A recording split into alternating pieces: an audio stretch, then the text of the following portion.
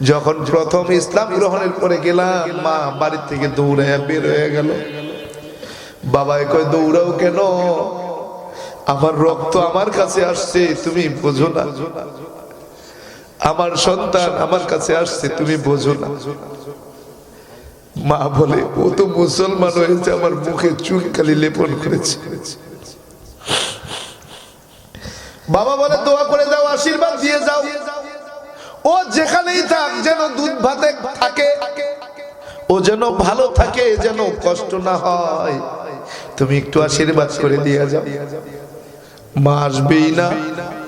বাবা মারে বুঝায়, কই বিবি দে, তুমি বোঝো না আমাদের সন্তান আমাদের রক্ত শরীরে বইছে দেখেই তো আজকে দেখা করতে আসছে।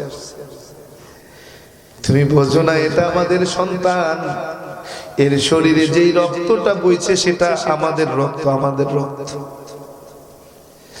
বদদুয়া করিও না, আশীর্বাদ করে দাও যেন যেখানেই থাকে ভালো থাকে। এ ভাই বুঝবে না রে ভাই, বাবা মায়ের দোয়া কত দামি। বাবা মা যদি সন্তানের জন্য দোয়া করে, ওই সন্তান বড় হতে কোনো সময় লাগে না। মাকে বললাম, মা গো দেখছো আজকে আমি গাড়ি নিয়ে আপনার সঙ্গে দেখা করতে আসছি। কোথায়? আমি বললাম রাস্তায় বাইরে। বলে বাবা এত ওলামা একরাম এত হুজুর নিয়ে আসছো, কি ব্যাপার?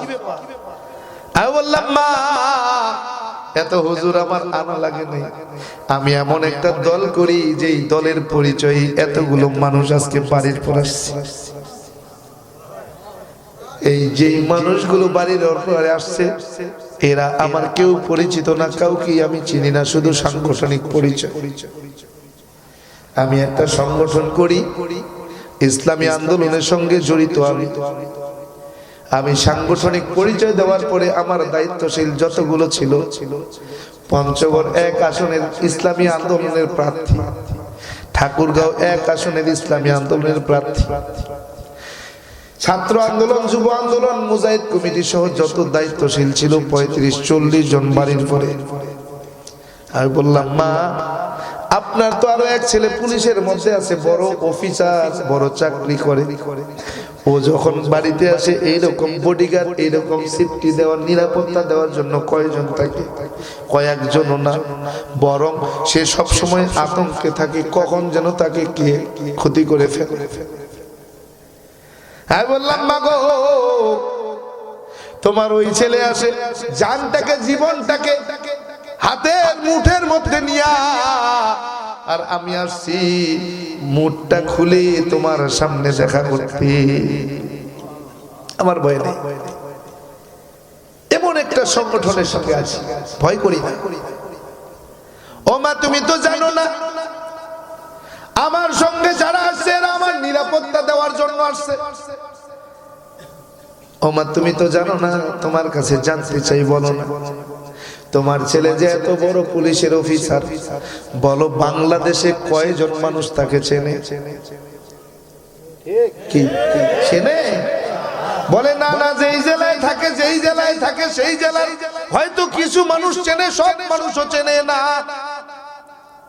আমি বললাম মা গো এমন একটা সন্তান তুমি গর্ভে ধারণ করছো, তুমি তো জানো না তুমি বাংলাদেশ শুধু না গোটা বিশ্বের যেই জায়গায় যাবে তোমার ছেলের পরিচয় দিলে তোমার আদর করে মাথায় তুলে নেবে।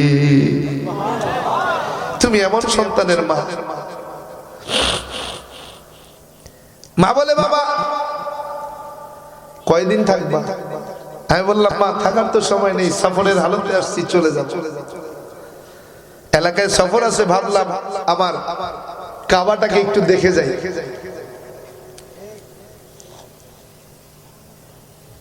মা বলে থাকবা না, কিছু খাবা না? আমি বললাম মা কিচ্ছুই খাওয়ার প্রয়োজন নেই। কই এতগুলো মানুষ আসছে, হুজুর আসছে, কিছু খাইতে দিবা না? কিছু খেতে দাও। গো মা এই হুজুররা কেউ খেতে আসেনি, আপনাকে দেখতে আসছে, আপনার এ নিয়ে টেনশন করা লাগবে না, হুজুরদেরকে আমি আলাদাভাবে খাওয়াই না। আপনাকে কষ্ট করার প্রয়োজন নেই, একবারে খালি মুখে চলে যাবে তাই কি হয়? কিছু দাও, গো মা কিচ্ছু খাবো না, এরাও খাবে না, আপনি শুধু আশীর্বাদ করে দেন আমরা যেন ভালো থাকি। সবার সামনে আরে বুড়া মজলিসের মধ্যে আমার মাথায় হাত দিয়ে দোয়া করতেছে, ভগবান আমার ছেলেকে তুমি যেখানে রাখো ভালো রাখো, আমার ছেলেকে যে সম্মান তুমি দিয়েছো সম্মানটা আরো বাড়ায় দাও। আজকের এই পরিচয়, এই পরিস্থিতি, এই সম্মান একমাত্র মায়ের দোয়া। মায়ের দোয়া ছাড়া সন্তান কখনো উপরে উঠতে পারে না, সম্মান পেতে পারে না। এজন্য সন্তান অনুরোধ করব, পায়ে হাত রেখে বলবো, বাবা মাকে কষ্ট দিয়ে কখনো বদদোয়া কামাই করো না।